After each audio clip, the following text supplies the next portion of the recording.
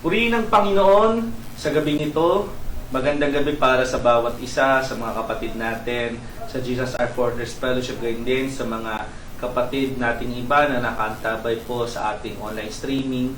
Purihin ng Panginoon sa gabing ito dahil tayo nagsama-sama para sa ating tuwing Biyernes na pananalangin natin yung ating prayer meeting via online nga lang dahil sa sitwasyon natin ngayon. Purihin ng Panginoon at tayo ay sama-sama na mag-aaral ang kanyang salita at mananalangin mamaya para sa gabi nito. Alam ko yung bawat isa may mga dalahin, may mga problemang dinadanas, pero niniwala tayo nasa gabi nito dahil tayo mananalangin. Alam natin na ang pananalangin ay yung nananalangin tayo. Nananalangin tayo dahil tayo nananampalataya. Nananalangin tayo dahil tayo umaasa at dahil ang pag-asa natin ay ang Panginoon na kung tutuparin niya ang ating mga dalangin, kung lulubin niya ito. Diba tayo nananalangin, pero ang kalooban pa rin ng Panginoon na susunod.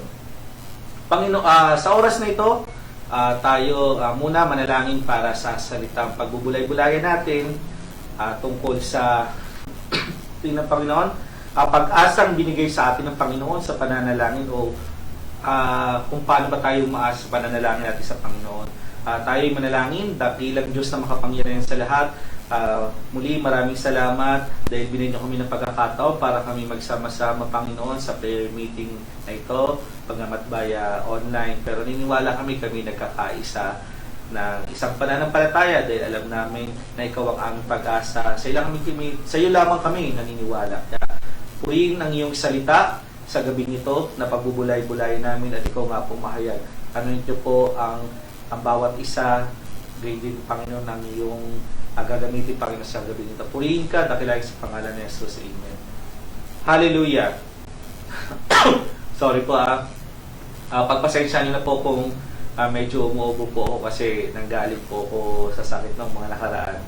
Kumbaga, mayroon pa siyang aftershock sa katawan ko. Tayo po ay magbubulay-bulay sa salita ng Diyos na mahanap natin sa Hebrew chapter 6 verse 19. Sabi sa kanyang salita, "We have this hope as an anchor for the soul, firm and secure. Sanctuary behind the curtain." Sa Tagalog, ang pag-asang ito ang siyang matibay at matatag na angkla ng ating buhay. At ito'y umaabot hanggang sa kabila ng tabing ng templo, hanggang sa dakong kabanal-banalan. Purihin ng Panginoon. Anong sabi doon? Ang ating palang pag-asa ay siyang matibay at matatag na angkla. Siya'y nabuhay. Sinabi niya na lahat ng sinabi niya ay mangyayari. Kaya kung sinabi ng salita na itong ating pag-asa ay matibay, panghawakan natin ito dahil naniniwala ako na ang ating Panginoon sa ating pag-asa. Sabi sa Merriam-Webster, hope, ang ibig sabihin ng hope is to want something to happen or be true. Kung ano yung gusto natin mangyari. To desire with expectation of obtainment or fulfillment. To expect with confidence o trust, pagtitiwala. Kung tayo may pag-asa, di ba naniniwala tayo, nagtitiwala tayo dahil kahit hindi natin siya nakikita, nagtitiwala tayo sa ating Panginoon. Kung pinangakuan ka, di ba sabi nga doon, pag pinangakuan ka, makakasigurado ka ba na gagawin niya? Pero kung ang Panginoon ang nagsabi na yung mga pangakong sinabi niya sa atin sa kanyang salita, for sure, at ako mismo iti-testify ko kung gaano kabuti ang Panginoon at lahat ng pinangako niya para sa akin ay unti-unti niyang ginawa sa buhay ko. Itong pag-uusapan natin sa gabing ito ay tungkol sa sa ating pag-asa. Kaya nung mga nakaraang buwan, total, naman ngayon October 1, hindi pa, kumbaga, meron pa tayong mga experience nung September, hindi pa siya ganun lumilipas dahil bago pa lang ang araw na to. Actually, dapat kung nasa in ako ng Wednesday, ito rin sana yung aking i-speak tungkol sa aking pag-asa ng pag-asa o ang buong ating sa ating Lord. Netong mga nakaraang linggo, itong hindi kami makapag-church dahil nasa kaming mag-asawa, may mga nakita ako sa social media na may daming suicide, attempted suicide dahil sa depression. Nakita nga ako doon, nag-post siya na masaya siya, yung mga happy selfies, ganon. Then, after 15 minutes, yung post na yun, na ganun maraming nagulat kasi after 15 minutes na pinost niya yun, nagpakamatay siya. Ang sakit, no? Kumbaga,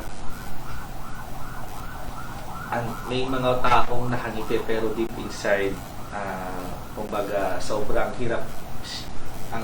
May mga nangyari ng ang dami nang gumugulo sa kanyang isipan. Hirap na hirap sa kanyang pasanin. At dahil nga itong nakaraang buwan September, aware naman siguro tayo o yung iba hindi na alam ba natin na ang September is a National Suicide Prevention Awareness.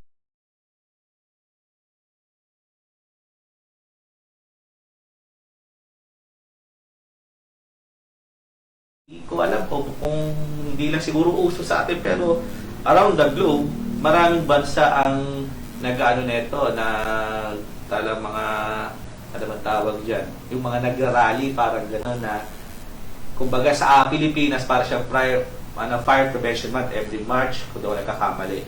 So, hindi natin namamalayan na ang buwan pala ng September ay National Suicide Prevention Awareness Month. Ako, alam ko nga lang, ang buwan ng September ay yung buwan ng birthday ng asawa ko. Pero nung nakita ko to, ay may ganun pala. Ngayon, bakit natin ito pinag-uusapan? Kasi nga, maraming tao ngayon na nawawalan na ng pag-asa.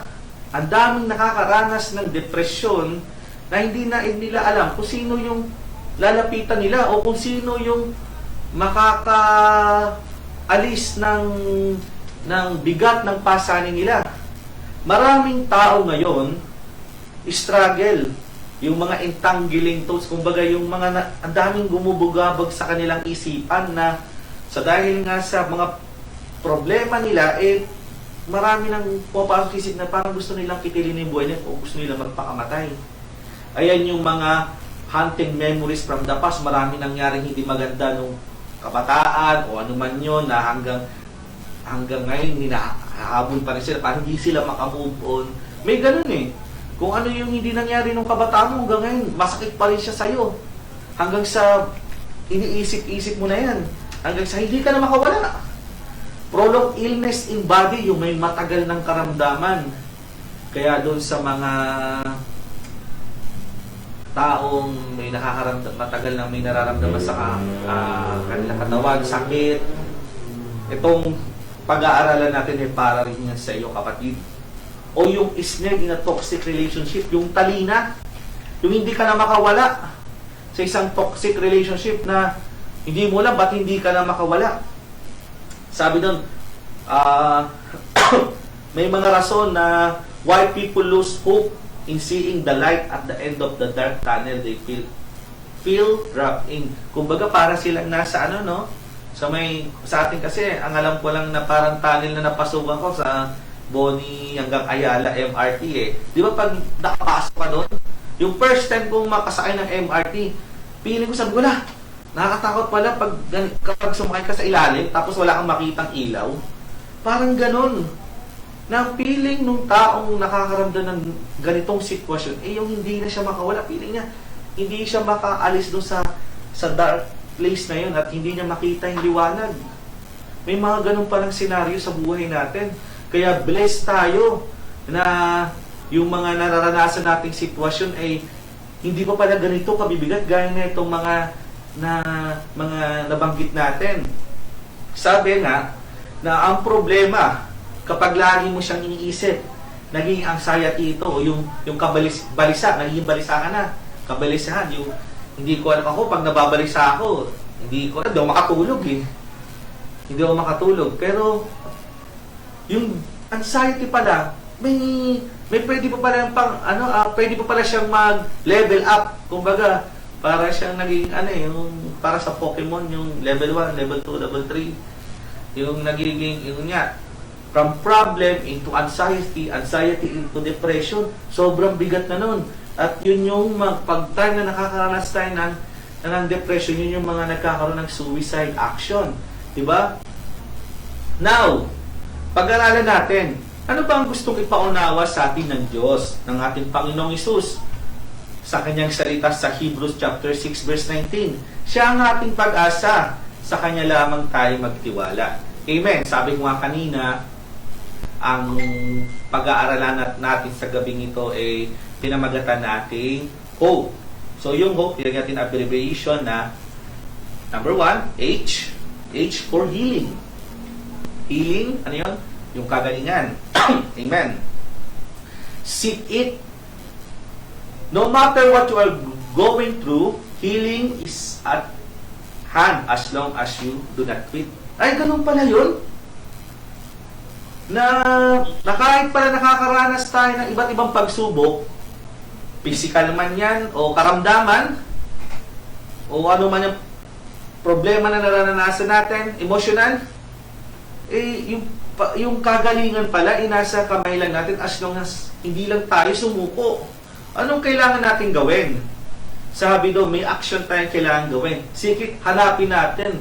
Hanapin natin. Sino ba itong hahanapin natin? Our God is Jehovah Rapha. Hebrew words means God who heals. Paano yung Brother Omar? May nararamdaman akong physical na katawan. Ay, physical na karamdaman. Kailangan ko bang lumapit sa Diyos? Meron naman tayong mga doktor. Niloob ng Panginoon ng mga doktor. Pinagtapos niya sa medisina, ninalaw yan ng Lord para tulungan tayong pagpagaling. Kung iaalaw na si Lord na lang ang magpipress kung yes or no, parang kung magagaling ka ba o hindi. Kaya sa Diyos pa rin tayo umasa, may mga ginagamit lang ang Panginoon sa atin. Pero, huwag tayo umasa tayo sa Diyos. Ang kagalingan, hindi lang yung Amen. Ang kagalingan, hindi lamang yung physical na kagalingan, but also ang Panginoon, pag nagpagaling yan, nandyan yung psychological, emotional healing.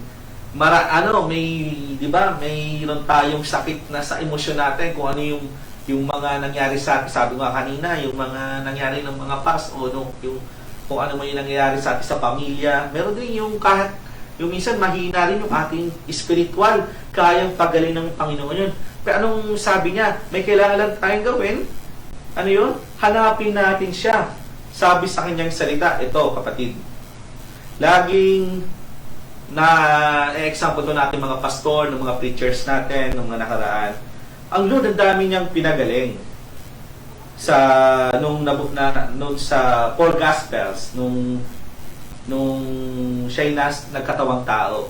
Ang Panginoong Hesus na nagkatawang tao, ating Diyos na katawang tao, dami niyang pinagaling.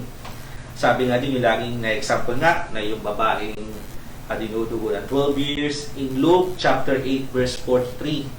Alam natin yun. At hindi na natin yung kailangan basahin dahil lagi natin nababasin. Alam na natin yan. Gas-gas na Pero malaking example yun. Bakit? Sabi doon, may ginawa ba tong babaeng ito? Anong ginawa niya? Alam niya na nandun si Lord. Andan ay crowd. Sabi nga ni Pastor, hindi nga natin alam kung paano ginawa niya, kung gumapang ba siya sa ilalim, o kung ano yung kapamaraan niya, basta makalapit lang. Kasi crowd Ako nakapunta na ako sa crowded place. Kasi ayoko nung masisikip na lugar. Nung time na yon, siguro year 2011, nung sumasama pa ako sa mga concert kasi noon ng isa sa mga idol ko dati, yung Slap Shop. Kailangan kong makapunta sa harapan. Ang hirap kasi sobrang siksikan. Tapos yung mga kasama ko pa doon, mandurukot, dinudukutan yung bulsa ko. Di ba? Ang daming pagsubok bago ako mapunta sa harapan. Parang ganitong babaeng ito. Pero anong ginawa niya? Hinanap niya ang Diyos, nandun yung puso niya para lalapitan ko Panginoon kasi alam ko pagagalingin niya ako. Amen. Ganon din tayo, kapatid. Dapat magkaroon din tayo. Sinasabi ng Panginoon dito na kung may nararanasan man tayong tawag nito, karamdamang physical, spiritual, o emotional, hanapin natin ang Panginoon. And number 2, yung si Jesus cleanses the leper. Leper, yung ketong. Na alam mo, so, na bless ako nung nabasa ko na siya, pero nung napanood ko siya, parang ginawa siyang animated. Sobrang naiyak ako nung napanood ko yun. Kasi, kung babasahin mo na, siguro kung hindi malikot yung isipan mo na, paano kaya ginawa yun? Paano siya nag-antay? Ano itsura niya? Nung ginawa siyang animation, ano siya, ang dami niyang benda, para siyang para siyang mami. Tapos ang dami niyang sugat. Kasi nung time na yun, pag may ketong ka, wala ka na.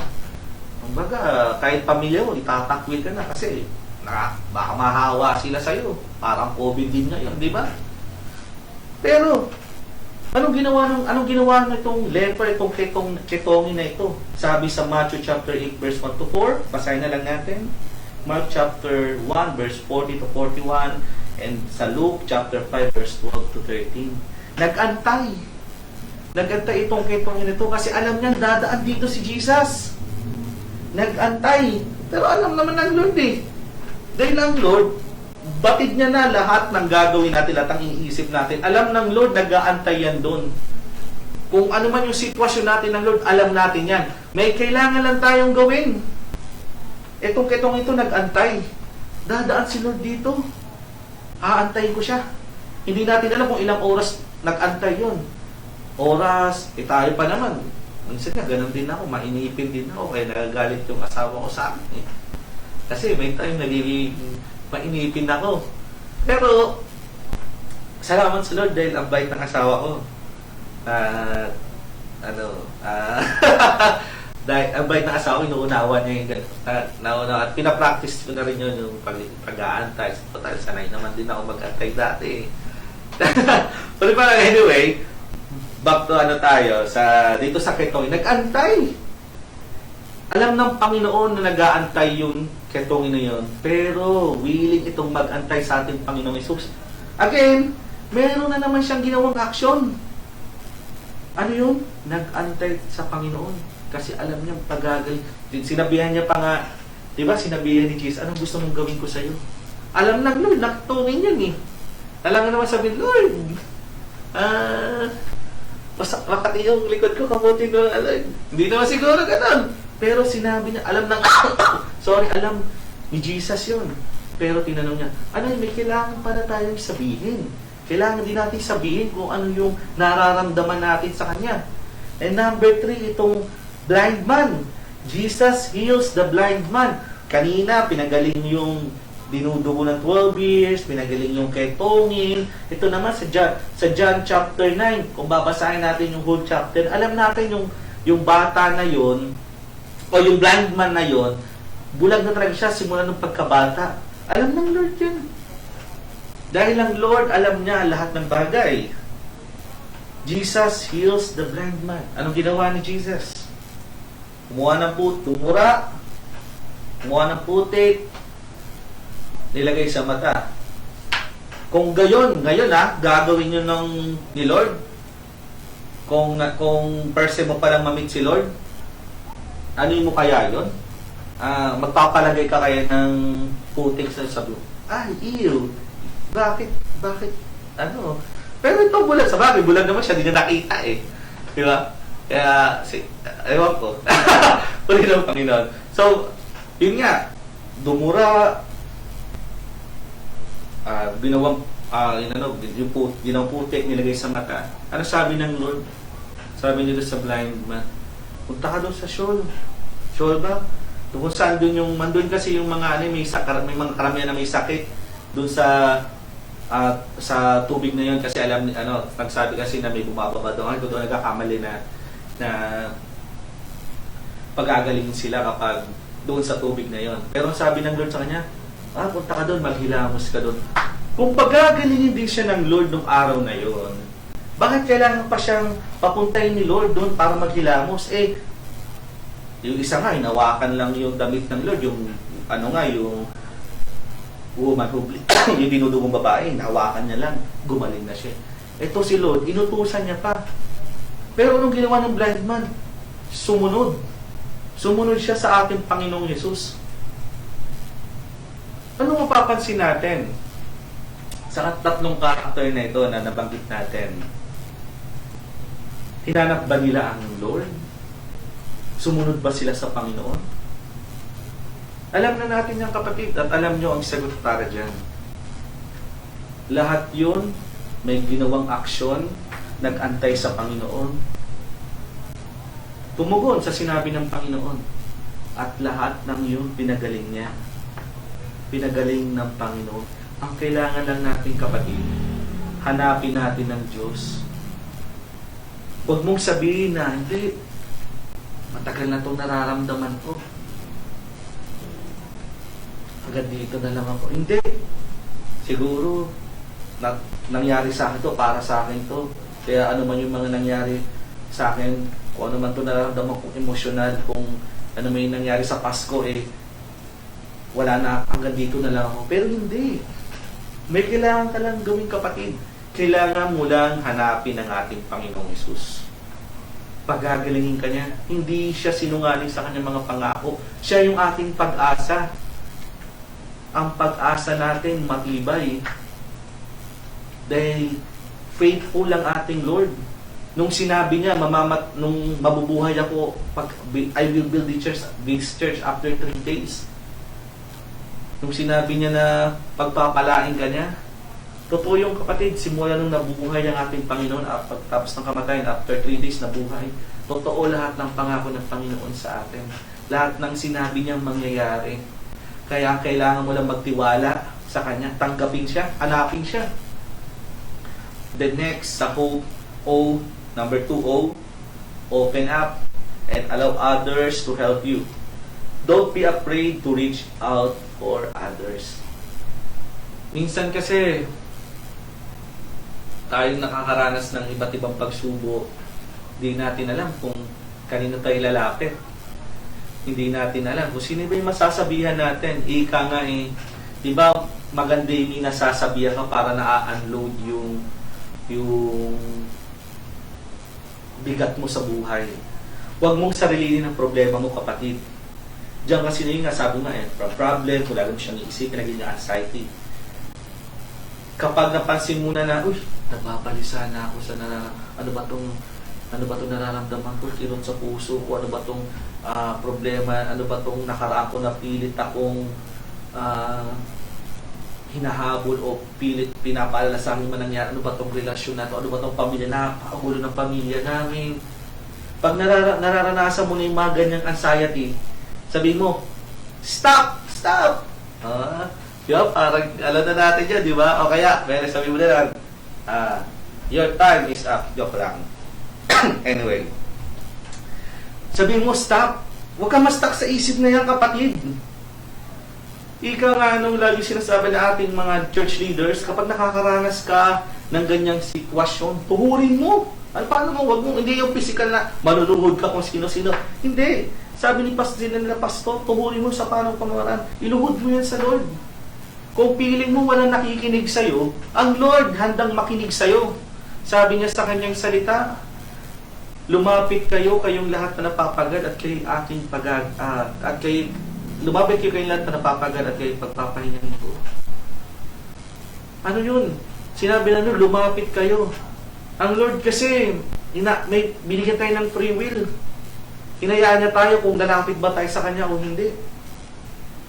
May kailangan ka lang gawin. Kapatid, lumapit ka sa Panginoon. Kasi ang gusto ng Panginoon, alam niya na marami tayong bilang tao, marami tayong mararanasang sa buhay natin. Minsan disappointment, diba, sa tao. Minsan yung kaibigan mo, na matalik mong kaibigan, biglang magiging may mga sasabihin sa hindi maganda, o kaya meron kang napagsabihan tapos biglang yung problema mo biglang kumalat na, o kaya ayun bang disappointment sa kaibigan, sa pamilya, magulong pamilya, ang dami mong bayarin pero kulang yung income na nakukuha mo. Ang daming pwedeng malayo ka sa Panginoon. O yung pwedeng, hindi mo alam kung ano yung problema na naranasan mo, kung kanino mo sasabihin. Pero ang Panginoon, sinasabi niya, lumapit kayo, kayong nabibigatan at nahirapan sa iyong mga pasanin. Dahil pagpapahingahin ko kayo. Kasi saan lang natin makukuha ang totoong kapahingahan kundi sa Panginoon. Sabi nga nung isang vlogger na attorney, ang lamang daw, ang totoong panalo ay yung nakakatulog. Yung nakakatulog ka na mahimbing sa gabi. Maraming mayayamang tao, maraming mga sikat ngayon, nakakaranas ng ganyang pagsubok. Pero tali hirap pa rin sila. Hindi nila, ang dami pa rin bumabagabag sa isip na, at hindi nila alam kung paano makakahanap ng totoong kapahingahan. Ang sabi ng Panginoon, lumapit tayo kasi gusto ng Lord. Now, ino-open natin sa Kanya lahat na nararanasan natin, lahat na nangyayari sa buhay. Alam ng Lord yun. Pero alam ng Lord bilang tao, dahil siya nagkatawang tao, alam niya yung nasaktan din siya. Nung nalaman niyang namatay si Lazarus, umiyak siya. Panigurado yung sadness, naramdaman niya. Ganun din. Alam ng Lord niya na malungkot ka. Alam ng Lord na ang dami mong daladalahing pagsubok. Pero anong sabi ng Lord? Lumapit ka sa Kanya. Kailangan mo lumapit sa Kanya. Sabihin mo. Ihinga mo sa lahat sa Panginoon yan. Dahil mahal ka ng Panginoon. At bilang mga magkakapatid sa Panginoon, sabi sa Kanyang salita in Galatians chapter 6, verse 2, bear one another's burden, so fulfill the law of Christ. Kailangan daw natin magpasa rin sa bigatin ng bawat isa. Minsan yan, di ba? Alam na natin na yung kaibigan, yung kapatid natin o yung kaibigan natin ay nakakaranas ng pagsubok. Pwede natin siyang tulungan. Na bagamat, di ba, lahat naman tayo nakakaranas minsan nakakulang ang pinansyal. Hindi man natin matulungan ng gano'n. Pero yung a piece of advice, yung ipanalangin mo siya, kung meron kang sapat na, yun nga, pinansyal, pwede mo siyang tulungan. O kung minsan kasi, hindi natin alam na, dahil nga, minsan may mga taong masayahin, pag tinanong, ano po, hindi, okay lang. Pero, di ba, hindi natin alam, may nararanasan na palang pagsubok. Sabi nga, kailangan mo lang i-open yan, kapatid. I-open mo yan sa mga kapatid mo, sa pamilya, pwedeng sa pamilya, o kung wala kang masabihan sa pamilya, dahil magulo ang pamilya mo, pag sinabihan mo, pagagalitan ka ba, imbis na bigyan ka ng advice. Minsan, di mo alam kung sinilalapitan mo. Kapatid, nasabi ko na to before, kung wala kang masabihan sa mga online streamers natin dyan na nakikinig ngayon, kung wala kang masabihan o kung wala kang mapuntahan, ang Jesus Our Fortress Fellowship bukas para sa inyo. Pwede kayong mag-leave ng message o pwede kayong yung magsisave ka ng salita, yung pipindutin mo lang yung mic, tapos magsasalita ka, tapos bigla magpa-pop up na yung sa messenger. May makikinig sa iyo, kapatid. May magbibigay ng advice sa iyo, kapatid. Bukas ang Jesus Our Fortress Fellowship para sa iyo. O kung gusto mo, mag-leave ka ng smartphone, ng phone number mo para in case na mabasa namin, pwede ka namin tawagan. Kapatid, bilang magkakapatid sa Panginoon, ang Jesus Our Fortress Fellowship ay bukas para sa bawat isa. Bakit? Dahil mahal ka ng Panginoong Hesus. Jesus loves you. He cares for you. Kaya ito yung magkakapatid ay sama-sama magtutulungan sa problemang kinakabakahan natin sa pang-araw-araw. Pwede tayong manalangin ngayong gabi, pwede tayong manalangin, sama-sama tayong mananalangin, dahil alam natin na yung pundasyon ng ating pag-asa ay matibay. Amen. The number 3 in hope is P for pain. Yung pain, sakit, tama ba? Itong pain pala na ito, may kailangan na tayong gawin. Sabi dun, ask God to take your pain and turn it into passion and purpose for living. Pwede palang mangyari yun? Na yung nararanasan mo ngayon, pwede mo palang sabihin, Lord, bagsak ako sa school. Siguro lesson to sa akin. Kaya dapat wag puro social media, wag puro kaibigan, wag puro laro. Hindi kailangan. Kaya nangyayari sa yung mga pagsubok na yan, pwede pa na maging aral yun. May purpose pa rin sa buhay natin. Sabi in Romans chapter 8, verse 28, and we know that in all things, God works for good and for those who love Him, who have been called according to His purpose. Amen, ang galing, no? Kahit pala may problema tayong nararanasan, may purpose para ang Lord. Ang daming nangyari sa amin, naalala ko noong year 2020, kasi medyo nakapag-ipon ako ng before. Nung after wedding namin ni Sheila, gusto namin mag-travel talaga outside Philippines. Kasi kaya ko naman, makapag-ipon pa naman kami nung time na yun. Bagamat nung time na yun, hindi pa sapat yung pera na. Pero yung isip namin, gusto talaga namin mag-travel. Siguro around mga February or March. Nung time na yun, yun yung kasagsagan ng COVID sa ibang bansa. And praise God, hindi pinangyari ng Lord na mangyari yun. Hindi pinangyari ng Lord yung gusto namin pumunta doon. Siyempre, nung tayo na-disappoint kami na, bakit naman gano'n? Gusto pa naman natin. Paano? Kapag honeymoon, ganyan, o bago man lang mag-audit season, makapag-site happy-happy. Kapag mapunta namin yung isa mga pangarap namin sa buhay. Pero hindi pinangyari ng pangarap. Marami ring ibang tayo nararanasan na hindi natin alam kung bakit pinangyari ng Panginoon sa atin. Siguro yung sagot, after 3 years, 2 years, malalaman natin yung kasagutan. And I'm so blessed talaga. Dati, sabi ko nga ito, experience ko, talaga masabi ko, napakabuti ng Panginoon. Hindi ko inahamak yung mga naging naging kaibigan ko dahil di pa naman tapos ng Panginoon para sa kanila. Nung elementary ako, kasi natira kami sa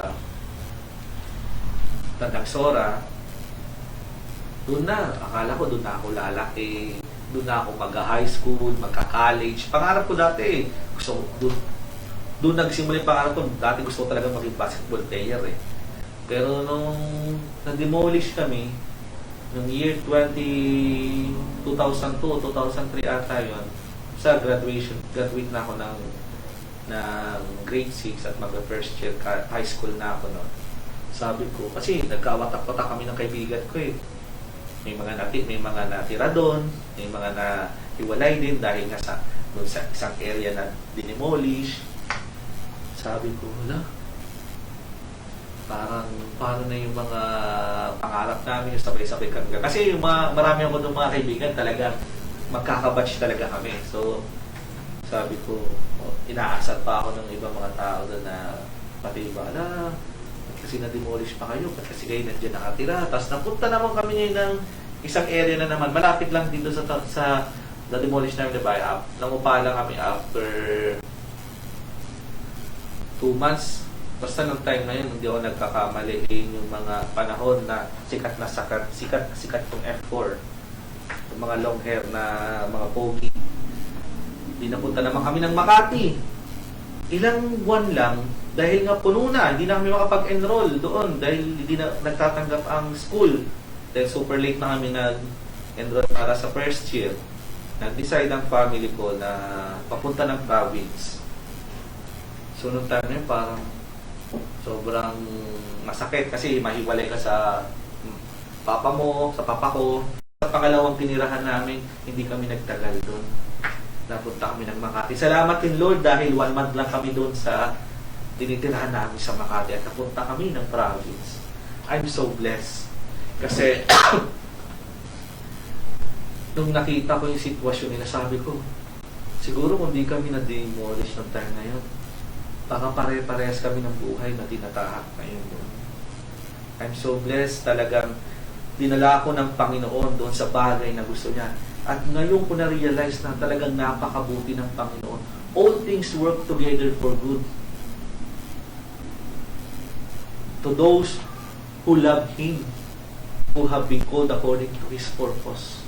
Mabuti ang Panginoon. Kaya kapatid, kung nakakaranas ka ng pagsubok, mabuti ang Panginoon. Ipapakita niya kung gaano siya kabuti sa iyo.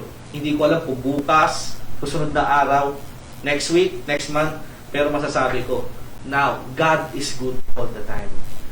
Talagang hindi pa tapos ang Panginoon sa buhay ko. At paniguradong hindi rin siya tapos para sa inyo. Dahil anuman yung pagsubok na naranasan natin, may purpose siya doon. At talagang ipapakita niya kung gaano siya kadakila. Dahil siya nga ang ating pag-asa. Siya ang ating matibay na pag-asa. Matibay na ating pundasyon. And number 4, sa Hope E, every storm of life can have a bright ending. Once healed, you can be an encourager to others going through a similar situation. Amen? Naniniwala ba tayo dyan? Ako naniniwala ako sa sinabi ng Panginoon, sa sinabi dito na hindi naman palaging bagyo, hindi naman palaging umuulan, hindi naman palaging tagtuyot, hindi naman palaging tawag nito, laging may sakit ka. Hindi, may katapusan yan. Kasi nga, sabi nga doon, kanina sa pinag-usapan natin, na lahat yan may purpose. Na once you healed, lahat yan, gumaling ka, physical, emotional, spiritual, magiging encourager ka pala at gagamitin ka pala ng Panginoon para sa katulad ng sitwasyon na naranasan mo. I remember, lagi ko itong sinabi sa mga nakarang exhortation ko din, yung anak ni Pastor Peter Tanchi ng CCF, si Joy Tanchi, kasi nilike ko rin siya. Sa Facebook may kita mo yung Teach with Joy. Siya yun, si Joy Tanchi, anak siya ni Peter Tanchi, na nung time na bata pa siya, na while her parents nasa ministry, wala sa bahay, niloob yung bahay niya ng mga magnanakaw, marami. At mapapanood din at mapapakinggan din siya, mapapanood din siya doon sa vlog ni Tony Gonzaga. Sinabi niya rin yun doon. Nasabi niya, kung while na sila born again na, alam na nila na kasama nila ng Lord, at alam nila yung pag-iingat ng Lord, pero that night na nilooban sila ng mga magnanakaw, at ang pinakamasakit pa doon, ni-rape pa siya. Ni-rape pa siya, hindi lang isa, hindi dalawa, kundi kung doon nagkamali, 7 or 9 ang nag-rape sa kanya. Nung time na yun, yung pain, sabi ko kanina sa Hope, yung pain na yun, sobrang ilang beses nilang, hindi ko alam kung taon o hindi ko alam kung paano niya nalampasan yun, pero yung sobrang sakit. Bakit pinangyari yun? Bakit nangyari yun sa buhay niya? At bakit inalaw ng Lord yun na mangyari sa kanya? Nasa Lord na ako. Bakit niya hinayaan yun? Ang papa ko, ang mga magulang ko, dedicated sa ministry na binigay ng Panginoon sa kanila. Tapat silang naglilingkod sa Panginoon. Pero doon sa mga nagnakaw sa kanila at nung nag-rape sa kanila, wala silang ginawang action. Hindi sila nag-report sa pulis kung nagkakamali at nanalangin sila. Pero ilang buwan niyang pasanin yun na bakit nangyari sa at hindi niya alam na siya pala yung gagamitin ng Panginoon. Once na after niyang makamubun at kung paano siyang nakarecover doon sa sitwasyon niya at kung paano siya pinagaling ng Panginoon doon sa tragedy na nangyari sa kanya, ginamit siya ng Panginoon bilang encourager doon sa mga similar situation na nangyari sa kanya sa mga yung NGO ba yun na tumutulong sa mga na-rape din. Siya yung isa siya doon sa mga tumutulong at nagbibigay ng encouragement sa mga nakaranas sa kanya. Hindi niya alam na siya pala yung gagamitin ng at noong time na yun, doon yung na-realize kung ano yung purpose nung nangyari sa kanya. Ganon din sa ating mga kapatid. Kung ano man yung nararanasan natin ngayon na pagsubok, ginagagamitin pala tayo ng Panginoon. Ano na yan kumbaga, hindi naman kailangan dumating pa sa point na makagaya na nangyari kay Joy Tanchi. Sa mga nangyayari lang sa buhay natin, masasabi natin na buhay ang Diyos. Sa pang-araw-araw natin na pakikibaka sa buhay, buhay ang Diyos at kaya natin yan i-testify kahit kanino. But when you are tempted,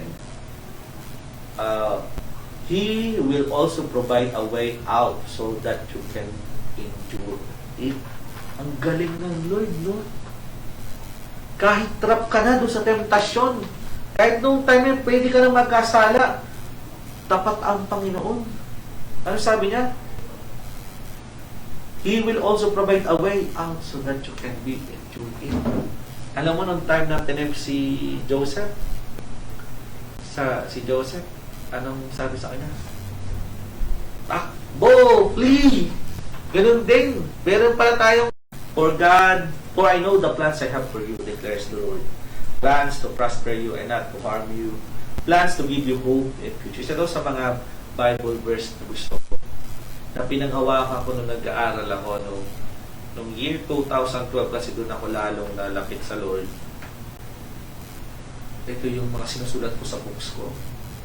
Jeremiah 29:11. Kasi lagi sinasabi sa amin ng prof ko, 10 years from now, ano kaya, 5 years o 10 years from now, ano ka na ngayon?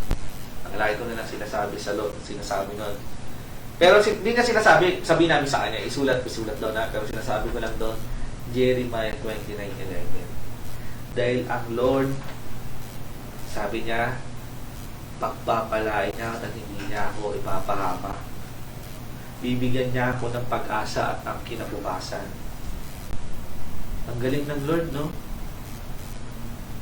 Kailangan lang natin talaga lumapit sa kanya. Ang dami niyang pangako para sa atin. At kaya natin yung i-testify kahit kanino kung gaano siya kabuti sa atin. Isa pa, Deuteronomy chapter 28 verse 13. The Lord will make you the head, not the tail.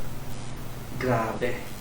If you pay attention to the commands of the Lord your God that the Lord your God that I give you this day and carefully follow them, you will always be at the top, never at the bottom. Kapatid, nilagay pala tayo. Ang plano ng Panginoon sa atin, lagi tayong nasa taas. Ayaw niya nung nasa baba tayo. Ayaw niya nalulugmok tayo. Nakakaranas tayo ng pagsubok dahil bilang tao, kasama sa buhay yan. Dahil si Satan ayaw niya na maging masaya ka. Ayaw niya na dahil nahihingahan ka. Gusto niya, lagi nang i-insist sa'yo, wala na, di ka nagagaling, wala na, di na matatapos yung problema sa buhay niya, wala na, magulo talaga yung pamilya mo, magpakamatay ka na. Lagi niya sa isip natin. Pero, sabi ng Lord, if you pay attention to the commands of the Lord your God, at sabi doon, carefully follow them. May kailangan lang tayong gawin. Ang Lord, andyan na yung mga promises ng Lord sa atin. Andyan na yung blessing. Ang may kailangan lang tayong gawin. Kailangan lang natin ng pay attention sa mga commandment ng Lord at carefully follow them. Hindi niya hahayaan maging buntot ka, sunod-sunuran. Ang gusto ng Lord, ikaw yung magiging head. Ano man yung nasa sitwasyon ka man ngayon, ipag-pray mo yan sa Panginoon at ipapakita ng Lord kung gaano siya sa kabuti sa iyo. I remember before, talagang isa sa mga panalangin ko sa Lord dahil nga sobrang newbie ko pa nun sa industry. Talagang wala akong masyadong idea. And I'm so blessed kasi meron akong friend before, siya talaga yung kukunin sana nung yung former boss ko, si Sir Hector. Siya dapat yung kukunin.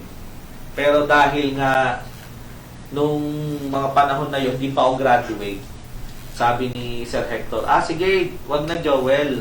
Kasi ngayon si Joel, si Brother Joel, kaibigan ko. Sabi niya, hindi na, wag na ikaw, pasok na lang kita sa Miascor. Kasi, hindi naman pwede si Omar doon kasi kailangan graduate muna siya. Kasi, nung time hindi pa ako graduate nung time na yan eh. Kasi nagsimula kay Sir Hector 2013. Nung time hindi pa ako graduate. Ngayon, di pumasok sa kanya, ang baba ng sweldo ko nung time na sabi ko. Parang, parang gusto ko na sumuko. Kasi, yung sinsweldohin ko, kaya lang nung buhay yung sarili ko. Tapos yung buhay ng sarili ko, hindi ko pa magbibili yung mga bagay na gusto ko. Ito talaga basic needs, pang basic lang talaga. Para ang sobrang baba ng sweldo ko. Sobra talaga. Sobrang below minimum. Pero chinaga ko yan. Kasi sabi ko, sa time na yun, hindi naman nahayaan ng Lord na lagi ako nandito. Yung sabi ko, Lord, pangako mo sa akin. Hindi ako nasa baba, hindi ako nasa taas. Pangako mo sa akin, daw magiging puntot, hindi ako yung magiging ulo. Talagang lahat ng sacrifice, ng mga sakripisyo ko, sinunod ko, inadapt ko lahat nung lagi akong sinasama sa mga meetings, inadapt ko yun, inaaral ko yun. Sakto naman, praise God, kasi kung totoo kasi, hindi naman lahat nung inaaral ko sa accounting, yung mga may hirap, kundi yung pinakamadadali lang pala sa accounting, nila pa i-apply sa totoong buhay. Mas pa daw nila pahihirapan yung sarili nila. Di nung time na yun, doon ko masasabi na napakabuti ng Panginoon. Na kahit na dumano ako doon sa unang trabaho ko na sobrang baba ng sweldo, doon niya pala huhubugin. Doon niya pala ako ititrain para maging kahit pa paano maging matured doon sa industry na tinatahak namin ngayon. Then I'm so blessed. Magpapasalamat din ako sa boss ko. Pagaman kami naghiwalay pero in touch pa rin. Pero yun nga, sobrang saya ko dahil hindi niya dahil tinuruan niya ako at inalaw ng Lord yun at talagang ginawa ng Lord yun sa buhay ko. Kaya ano man yung mga nararanasan natin sa buhay ngayon, ano man yung pagsubok natin, hindi pa tapos ang Panginoon sa atin. Hindi pa tapos ang Panginoon sa iyo, kapatid. Sa gabing ito, mananalangin tayo. Mananalangin ka, mananalangin ako, mananalangin tayo lahat. Sama-sama tayong mananalangin dahil pagpapalain niya tayo. Hindi pa tapos ang Panginoon sa buhay natin. Kaya huwag kang mawala ng pag-asa dahil si Lord ang ating pag-asa. Pinost to nung, let me end with this, a quote. Pinost to ng kapatid natin, si Sister G, sa group ng mga young people. Pero time na napanood ko na siya sa vlog ni Tony Gonzaga. Si Brother Omar, kanina binanggit si Tony Gonzaga. Lagi ka nakikinig kay Tony. Then, magandang inspiration yung panoorin mo siya. Kahit sino panoorin mo. Ang galing kasi parang talaga may inspired ka sa lahat. Kahit nga ay Manny Pacquiao na bagamat hindi naman lahat, pero may pupulutin ka na para may matututunan ka. Diba sa lahat? Ang galing. Kaya alam naman natin na si Tony Gonzaga ay isa na nating kapatid sa ating Panginoon. Alam mo nung in-interview niya si anak ni Brother Eddie Villanueva, si Senator Joel Villanueva. Alam mo, sabi niya, sobrang na-bless ako doon sa sinabi niya. Kasi alam naman natin na ang daming naranasan din ng pamilya nila. Last year, namatay yung mama niya, namatay yung kapatid niya. Pero ito yung sinabi niya na tumatak. Nagigising tayo habang binibigyan tayo ng hilingan ng Lord sa umaga. Isa itong kumbaga, pagpapatunay na hindi pa tapos ang Panginoon sa atin. Hindi pa tapos to dahil may gagawin ng Lord sa buhay natin. Magtiwala lang tayo sa Kanya. Hindi niya tayo bibiguin. Kaya kapatid, sa gabing ito, wala tayong ibang gagawin. At kung sa mga darating pang araw, tanging sabihin lang na at huwag tayo mawalan ng pag-asa, pananampalataya sa ating Panginoon. Tutulungan niya tayo, pagkagalingin niya tayo, at pagpapalain niya tayo, kapatid. Kaya purihin ang Panginoon sa gabing ito. Tayo po yung manalangin. Dakilang Diyos na makapangyarihan sa lahat. Salamat sa iyong salita na tunay na ikaw ang aming pag-asa, ikaw ang aming matibay na pundasyon, Panginoon. Dumaan man kami sa bagyo ng pagsubok, itong angklang pinangahawakan namin ay hindi kami bibiguin, hindi kami pagkukulangin.